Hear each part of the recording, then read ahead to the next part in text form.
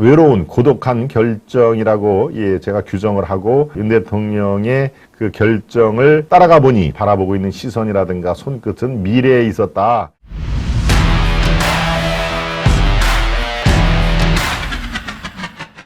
죽창가와 반일만 부르짖을 수는 없다. 죽창가 잘 아시죠, 여러분들? 누가 떠오릅니까? 조국이 죽창가를 불러서 이 일본 엑스들 물리치자 하는 그런 이른바 조국 사태 때 죽창가가 아닌 때 아닌 죽창가가 나와가지고 또 상당한 파문을 먼저 일으켰는데요. 글쎄요, 지금 어떻습니까? 강제징용 배상 문제. 강제징용 피해자 배상에 둘러싸서 윤 대통령 어제는 발표는 물론 박진 외교부 장관이 했습니다마는 상당한 또 이 쇼크를 먹은 쪽도 굉장히 있습니다.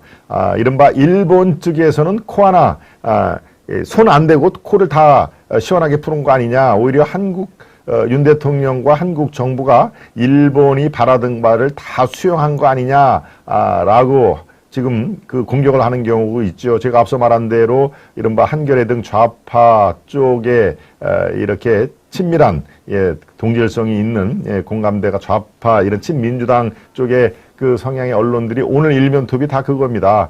최악의 친일 외교 이렇게 지금 나오고 있는데요. 글쎄 여러분들 생각이 이거는 뭐 사실 백이면 백색 다 생각이 다르게 마련입니다. 그런데 글쎄요, 제가 여러분께 강조를 하고 있는 그 내용은, 이 지금 윤 대통령으로서는 사실은 고독한 그런 그 결정을 한 거다라는 그런 생각은 제가 공감을 합니다. 여기에 좀 나와 있죠. 정치적인 부담을 감수를 했다. 윤의 결단. 글쎄요, 뭐 아주 위대한 결단 뭐 이런 표현도 합니다만은 그 위대한이라는 말은 저는 붙이지는 않습니다. 아무튼 상당한 고독한 결단을 한 것만은 분명하다. 정치적인 부담 뭐 당연하겠죠. 야당 민주당을 비롯해서 시민단체 또 민주당 그리고 민주당의 입김이 그대로 갈 수 있는 여기에 피해자 관련자와 관련 단체들은 지금 뭐 어제 오늘 또 앞으로 계속 이것만 갖고 투쟁할 거리를 제공을 했다라는 차원에서 엄청나게 지금 후폭풍을 몰고 있는데요. 글쎄요, 저는 고독한 결정을 했다라는 것이 윤 대통령의 손끝을 미래로 향하고 있다라는 것은 제가 평가를 하는 대목입니다. 이거는 어떠한 결정을 내려도요, 찬반 양론이 매우 격심하게 충돌할 수밖에 없는 문제입니다. 이렇게 결정을 해도 또 이렇게 결정을 해도 찬반 양론이 아주 첨예하게 대립을 할 수밖에 없는 상황이기 때문에 이 모든 100이면 100명을 다 만족할 수 있는 해법은 당연히 나오지를 않는 상황입니다. 그래서 정치적인 부담을 감수를 했다고 그러고 그래서 고독한 결정을 했다는 얘기를 합니다. 윤 대통령이 이런 결정을 하게 된 지향점의 끝을 보면 그건 미래가 있다. 미래. 그래서 여기에 제가 죽창가 언제까지 우리가 죽창가와 반일만 부르짖을 수가 있겠는가 하는 얘기입니다. 그러니까 정치적인 타장을 충분히 감안을 하고 우리가 여기서 그냥 서로 으르렁대지 말고 미래로 가자 하는 얘기입니다. 윤 대통령은 한미일 뭡니까? 이 대선 과정에서 한미일 공조 체제를 강화하라는 것을 아주 제일 앞장서서 공약에 냈죠. 한미일 삼각 체제, 안보도 그렇고 외교도 그렇고 경제도 그렇고 한미일 삼각 체제의 복원, 문재인 정권 5년 동안에 쓰러졌던 그 일본과의 거의 뭐 문재인 정권 5년 동안에 이렇게 일본과의 관계가 나빠진 적은 거의 없었죠. 그러니까 누굽니까? 아베 총리와 문재인 대통령이 해외에서 어떤 그 총회 같은 데서 만나도 그냥 아주 의례적인 악수만 하고 눈길만 한번 이렇게 교환하고 웃지도 않고 헤어지는 모습 아마 여러분들이 그 머릿속에 많이 잔상에 남을 겁니다. 어떠한 정권보다도 5년 내에 문재인 정권 5년 때가 가장 심각하게 한일 관계가 아주 위험했던 그런 상황인데요. 그러니까 바로 언제까지 반일과 언제까지 죽창가만 부르고 있어야 하느냐라는 얘기가 여기서 도출이 되는 것이죠. 네, 터미니스님 다시 한번 감사드립니다. 봄날에 스벅 한잔 하셔요. 아시아투데이 김동원의 하이파이브 항상 응원합니다. 예, 우리 토미리스님 예, 두 번에 걸쳐서 예, 아주 힘찬 응원 감사드리고요. 예, 어제 제가 제때 소개를 못한 우리 얼가리님 예, 다시 한번 제가 감사를 드립니다. 병원 다녀오라 며칠 결석했습니다. 아, 진해꽃님이 참 며칠 동안 예, 그렇군요. 네, 좋습니다. 그래서 제가 아주 외로운 고독한 결정이라고 예, 제가 규정을 하고 그가 윤 대통령의 그 결정을 따라가 보니 예, 그가 진정으로 예, 바라보고 있는 시선이라든가 손끝은 미래에 있었다. 그러니까 이게 일본 내에서는 지금 상당히 윤 대통령의 이 결정에 대해서 환호를 하는 목소리가 훨씬 많죠. 네, 당연합니다. 일본 정부로서는 크게 이렇게 위험에 빠지지도 않고 더더군다나 한국 기금을 미래 기금을 만들어서 거기서 징용을 이 피해자들에게 돈을 준다고 하니 예, 일본 입장에서는 뭐 바로 여기에 나온 것처럼 악화된 한일 관계에 큰 발걸음이 생겼다 하는 그런 얘기인데요. 예, 일단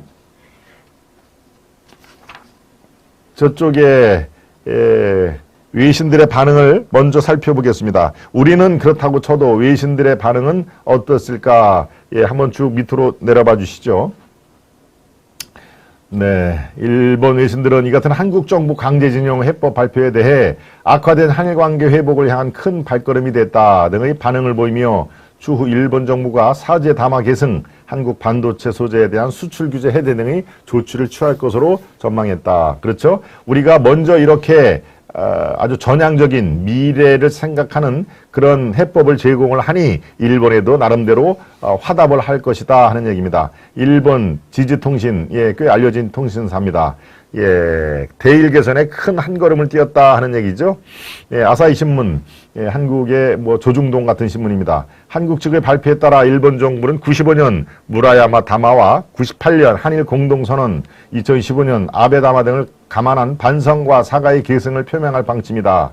일본 정부는 강제징용 문제로 관계가 악화됐던 2019년 7월 엄격해진 한국 수출 절차에 대해서도 재검토한다. 이제 일본에서도 우리에게 족쇄로 남아있던 몇몇 그 제약 규제를 이제 풀 것만 남았다 하는 얘기입니다. 바로 저게 지금 미래를 위해서 한일이 함께 보폭을 맞춰서 한미일 공조체제의 완전한 복원을 이렇게 된다 하는 얘기입니다. 그래서 제가 사실은 고독한 결정이었대 그 결정의 키워드는 예, 미래에 맞춰져 있다 하는 얘기입니다. 그래서 죽창가와 언제까지 반일만 부르짖을 수는 없다 하는 얘기인데요.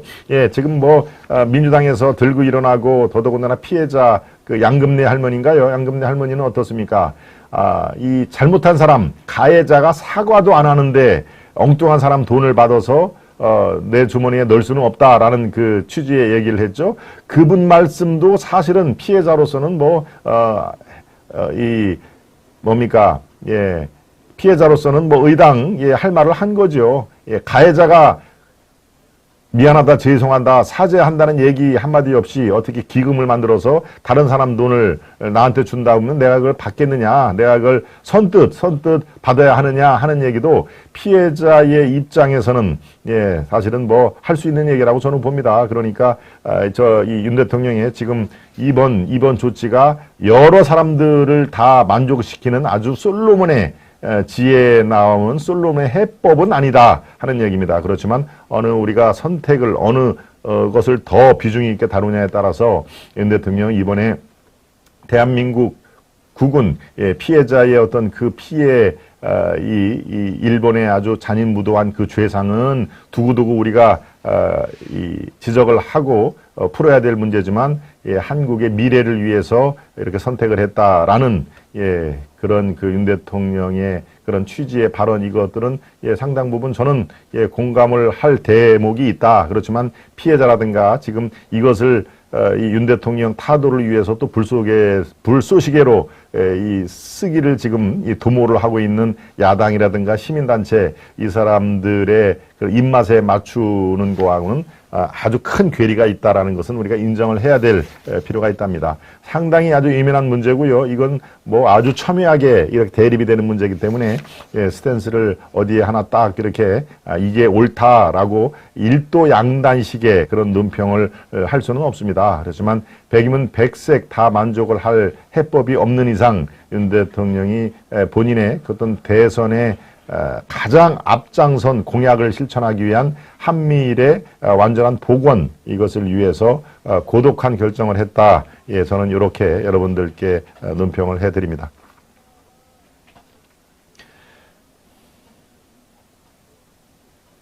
네, 석할래님, 거지도 아니고 몇십 년 동안 일본 돈 내놓으라고 떼쓰면서 뜯어먹은 것만 해도 얼마인가요?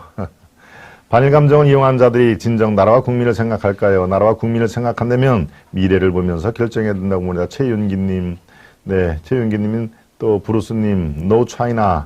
예, 우리 시청자 여러분들이 아주 좋은 메시지를 많이 보내주셨네요. 네. 세븐님, 저도 공감이요. 우리 브루스님. 수플님도 오셨군요. 경아님, 감사합니다. 운전 중이라 퀴팅하겠습니다. 수플님, 제가 아예 잘 압니다. 우리 수플님. 네. 한동안 못 들어오시다가 또 우리 수플님, 네, 계셨군요. 고맙습니다.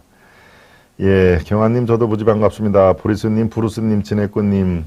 11시 하이파이브를 시청 안 하면 하루가 무의미하게 지난 듯 하답니다. 우리 진해꽃님이 또 말씀을 해주셨군요. 네. 어깨동무님, 좋은 일도 자꾸 말하고 잘했어요 하고 뗐으면 그것은 동량이다. 예, 석할래님, 고독한 결정에 우리 함께합니다. 우리 영관지키님, 수플님, 어서 오십시오.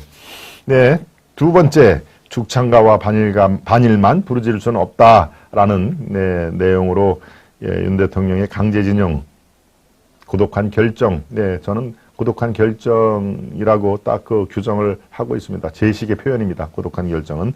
그렇습니다. 일본 피고 기업 중 이달 중에 미래 기금에 참여를 할 수도 있겠다 하는 얘기입니다. 물론 지금 얘기가 나온 미래기금 이런 것은 뭐 신일본 제철, 신일본 죽음이라고 맞죠. 옛날 이름은 신일본 제철인데 일본식으로 주철을 신일본 죽음 이렇게 되어 있습니다. 그래서 지금 현재의 회사 이름으로 신일본 죽음, 예, 우리 포항제철과 같은 그런 회사인데요.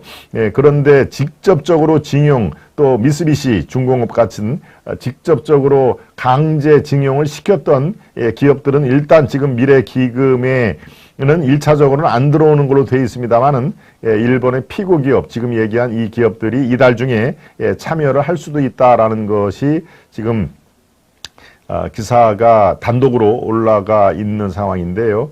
네, 요거를 지금 예, 보겠습니다. 강제징용 피해배상 제3자 변제 1965년 한일 청구권 협정으로 혜택을 입은 한국 기업들 대표적인 게 포스코입니다. 포스코 그죠? 예, 한일 청구권 협정으로 혜택을 보는 게 저 돈으로 만든 회사가 바로 우리의 포스코 아닙니까? 행정안전부 산하와 일제 강제동원 피해자 지원 재단을 기금을 조성한다. 이게 바로 이제 미래 재단 기금을 조성한다는 얘기인데요. 그래서 배상금을 변제를 한다. 배상금 피해자에게 준다는 얘기죠. 변제한다는 얘기는 지연이자 포함해서 약 40억 원. 그래서 배상 확정 대법원 판결에 피해자와 유족들에게 이제 준다는 얘기인데요. 예, 바로 요 밑에 한일 재계 미래청년 기금 이건 가칭입니다. 한일 양국 우호 증진에 공감하는 전경련과 경단련, 예, 일본 말로는 게이따렌이라고 하죠. 게이따렌. 우리의 전경련과 똑같은 성격입니다. 대기업들의 어떤 협회 비슷한 건데요. 한국의 전경련과 일본의 게이따렌 소속 기업들이 자금을 출연해서 예, 한일 정부와 피고 기업 참여 공감대가 형성. 여기에 바로 미쓰비시 중공업이라든가 또는 한일 신일본 제철, 지금 이름으로 말하면 신일본 죽음 이런 것들도 참여를 할 가능성이 매우 높아졌다. 이제 이렇게 되면 어떻습니까? 실제로 강제징용을 시킨 그 기업들도 피해자에게 지원을 하는 그런 그런 제도적인 예, 장치가 이제 마련이 된 건데요. 예, 지금 한참 아직도 끝난 게 아닙니다. 지금 한참 예, 한일 외교 당국들이 지금 예, 이걸 갖고 이 논의를 하고 있습니다. 논의를.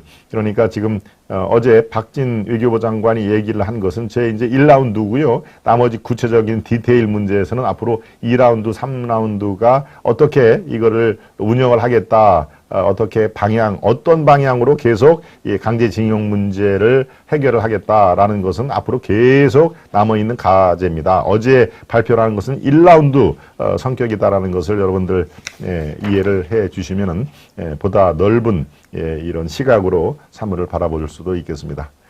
예, 기금조성은 찌대 연관짓기님이 참 연관을 정말 잘 지으시군요. 기금조성이라고 얘기하니까 뭐 여러분들 잘 아시죠? 이재명이 별명이죠. 기금조성 같은 경우는 다른 사람 맡기지 말고 이재명한테 맡기세요. 얼마나 잘합니까? 이 성남 FC라든가 뭐 이렇게 제3자 뇌물로 이렇게 해가지고 기금조성은 아주 능수능란하게 잘 할 거니까 기금조성은 찌대에게 맡기십시오. 우리 참 연관짓기를 잘하는 연관짓기님이십니다. 네. 진해꽃님, 세븐님, 박경영님, 과거사와 독조 문제 때문에 친일까지는 어렵지만 그러나 한미일 찰떡공조는 우리나라 생존 발전의 기본 베이스라는 걸 명심해야 합니다. 세븐님의 스탠스가 참 합리적이죠. 여러 번 제가 느꼈습니다만은, 우리가 친일, 우리의 지금 일제의 그 아주 망언과 일제에 잔혹했던 것은 우리가 어찌 잊을 수가 있겠습니까? 그렇지만 한미일 공조는 지금 이 한국도 그렇고 미국도 그렇고 일본도 그렇고 가장 세 나라에서 필요한 게 3자 3국이 공조를 호흡을 맞추어서 경제, 외교, 국방 문제를 해결을 해야 될 필요가 있다라고 하는 그런 지금 상황에서 어떤 게 가장 시급한 것을 먼저 해결을 해야 된다라는 그런 스탠스인데요. 참 아주 합리적인 스탠스라고 저는 보여집니다. 네, 진영준 님도 오셨군요. 문가처럼 지지율 관리만 하고 5년 동안 그냥 냅두면 되지만 윤통은 그런 짓 안 합니다. 우리 진영준 님이 말씀을 해주셨죠. 맞습니다. 문재인 정권 5년 때는 정말 한일 관계가 역사상 가장 벌어졌을 때죠. 그리고 그냥 이렇게 유엔 총회 같은 데 만나도 아베와 문재인 정부는 그냥 이렇게 어떤 사진은 보면은 악수를 하되 시선은 다른 사람한테 가 있는 그런 것도 있죠. 네. 문재인도 마찬가지고 아베도 그렇고 악수는 하면은 상대방의 눈을 마주쳐야 이게 악수 아닙니까? 그런데 마지못해서 악수는 하고 시선은 다른 쪽으로 가 있고 하는 그런 장면에 여러분들 사진을 아마 기억을 하실 겁니다. 네, 브루스님, 동방박사님. 진정한 사과는 안 하고 공전을 해야 됐고 참 1번 답네요. 그렇죠? 공전을 해야 됐고 진정한 사과는 피하고 루카님의 1번 아주 촌철 말씀이십니다. 좋습니다. 두 번째 이슈까지 말씀을 드렸고요. 세 번째 이슈로 가기 전에 만평을 살펴보겠습니다. 만평 보시죠. 만평입니다. 주사위는 던져졌고 강제동원 해결책 한일 미래, 미래의 방점이 찍히고 미래가 키워드였다는 것은 제가 앞서 논평을 해드렸습니다. 네, 양산에 있는 문 반일 축창, 아까 말씀한 거의 한 컷이네요. 그렇죠? 양산에 있는 문이 윤석열은 내가 한 거하고 완전히 다르게 하네? 라고서 약간 이렇게 어설프게 지금 이 윤을 바라보고 있죠. 반일, 죽창, 죽창가와 반일만 부르짖을 수는 없다라고 하는 윤 대통령이 한일 미래를 이렇게 손으로 가리키고 하는 해결책을 어제 1라운드 첫 번 스텝으로 내놨다 하는 얘기입니다. 그래서 주사위는 이미 던졌다는 얘기네요. 이거 어제 상황을 아주 잘 요약을 한, 그리고 또 한일 미래라는 저렇게 이정표까지 잘 말씀을 아주 요약을 잘 했네요. 좋습니다. 아주 수준급 만평으로 저는 파악이 됩니다. 두 번째 만평을 보겠습니다. 윤미향이는 빠져라. 민주 53인 전범기업 직접 배상 이행 촉구. 윤미향 너는 좀 빠져 하는 얘기입니다. 윤 정부는 굴욕 외교다. 굴욕적인 강제동원, 정부 해법안 철회 이런 것들이 쭉 나왔는데요. 윤미향이 이제 슬쩍 들어왔죠. 같이 이렇게 업어가려고 슬쩍 같이 왔는데 윤미향 너는 좀 빠져라. 민주 53인 전범기업 직접 배상 이행 촉구. 네. 윤미향이는 지금 그렇습니다. 지금 요원판에 자기가 또 잘 역할을 하면은 다음 총선 때 공천을 또 어디에서 쉽게 공천만 받으면 당선될 수 있는 쉽게 지역구를 차지할 수 있겠다라고 생각을 아주 함직하죠. 지금 윤미향은 지난 국회에서는 비례대표로 왔기 때문에 이번에는 어디 지역구를 차지할 욕심이 있는데요. 글쎄요. 윤미향을 지역구를 차지하게끔 내버려 둘까요? 저는 그럴 가능성은 아주 희박하다고 저는 파악이 됩니다.